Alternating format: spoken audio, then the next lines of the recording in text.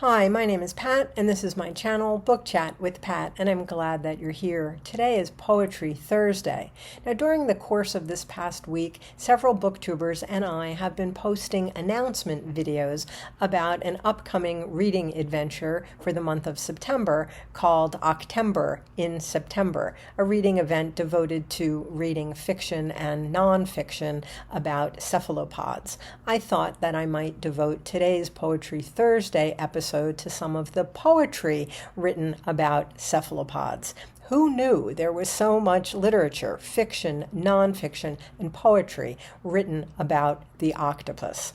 So I've picked out a few poems. There actually are many, many poems written about cephalopods.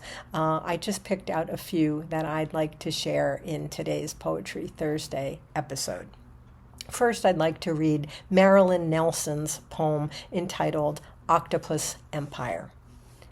What if the submarine is praying for a way it can poison the air in which some of them have leaped for a few seconds, felt its suffocating, rejected buoyancy? Something floats above their known world, leading a wake of uncountable death.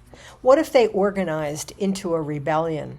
Now scientists have found a group of octopuses who seem to have a sense of community, who live in dwellings made of gathered pebbles and shells, who cooperate, who defend an apparent border.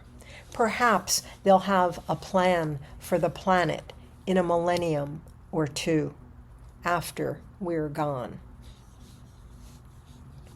Next, Barbara Parchum's Cephalopod. Cephalopod.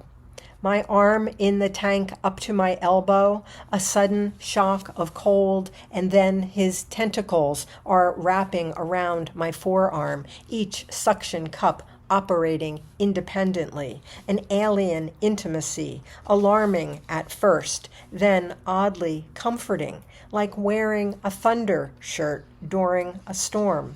Gentle but firm. He explores. He may know more about me than I know about him. Changing from a dull gray to a rosy hue, he is like a watery bloom, Chinese flowering, tea blossoming in a glass pot. This brief encounter in his small tank may be his only enrichment today. 9 brains, 500 million neurons, and 3 hearts. In case one breaks, are there 2 to spare?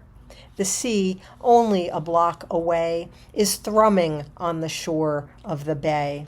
First heartbeat, first home, then the sudden thought, his or mine, all we need is 20 minutes and a bucket.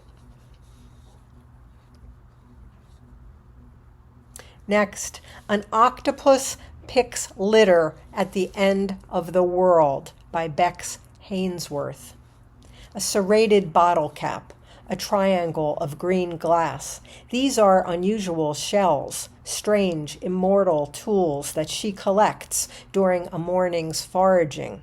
The ring pole from a tin can slides over one tentacle tip like the closing of a trap, but still she swims onwards, a chameleon umbrella, shimmering like an oil spill. She adapts.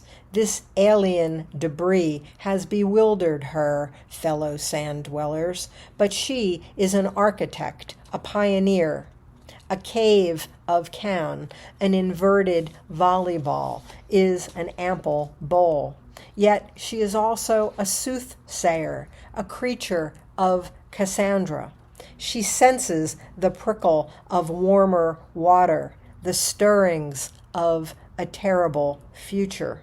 The sky is already falling around her. A kinder death awaits. She is beginning to mimic the gentle bloating of plastic bags across the blue.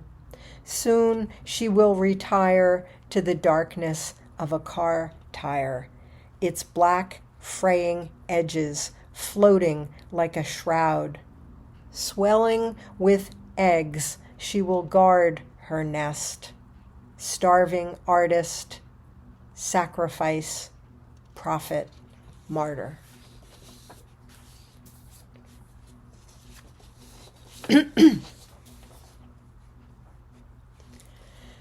Once a marine biologist told me octopuses have 3 hearts, by Denice Frohman.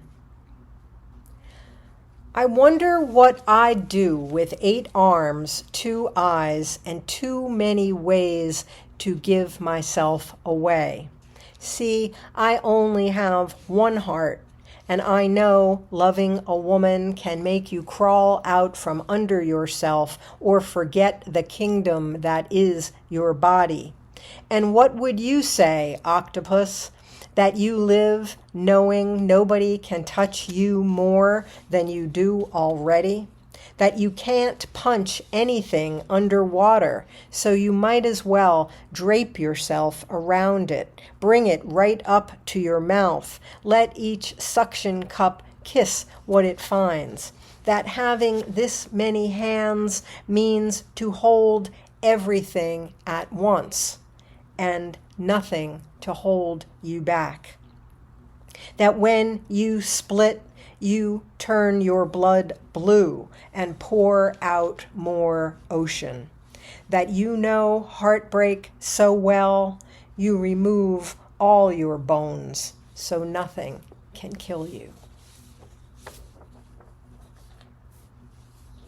And finally, The Octopus by James Merrill.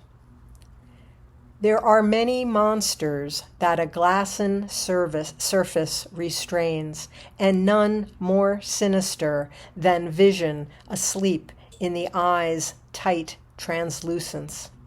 Rarely it seeks now to unloose its diamonds, having divined how drab a prison the purest mortal tissue is. Rarely it wakes, unless coaxed out by lusters extraordinary, like the octopus from the gloom of his tank, half swimming, half drifting toward anything fair, a handkerchief or child's face swimming near the glass. The writher advances in a godlike wreath of his own wrath. Chilled by the fragile reeling, 100 blows of a boot heel could not quell. Vision awoke and hungered.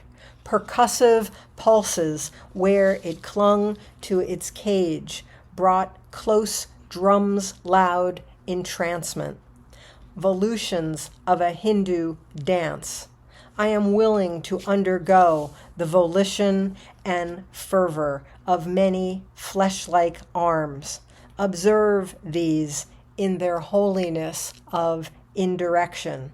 Destroy, adore, evolve, reject, till on that rigid glass where vision freezes, at length the sucking jewels seize. So that's a little bit of the poetry of the octopus. As always, I thank you for watching. I hope that you're doing well. I'll speak with you again soon. Take care.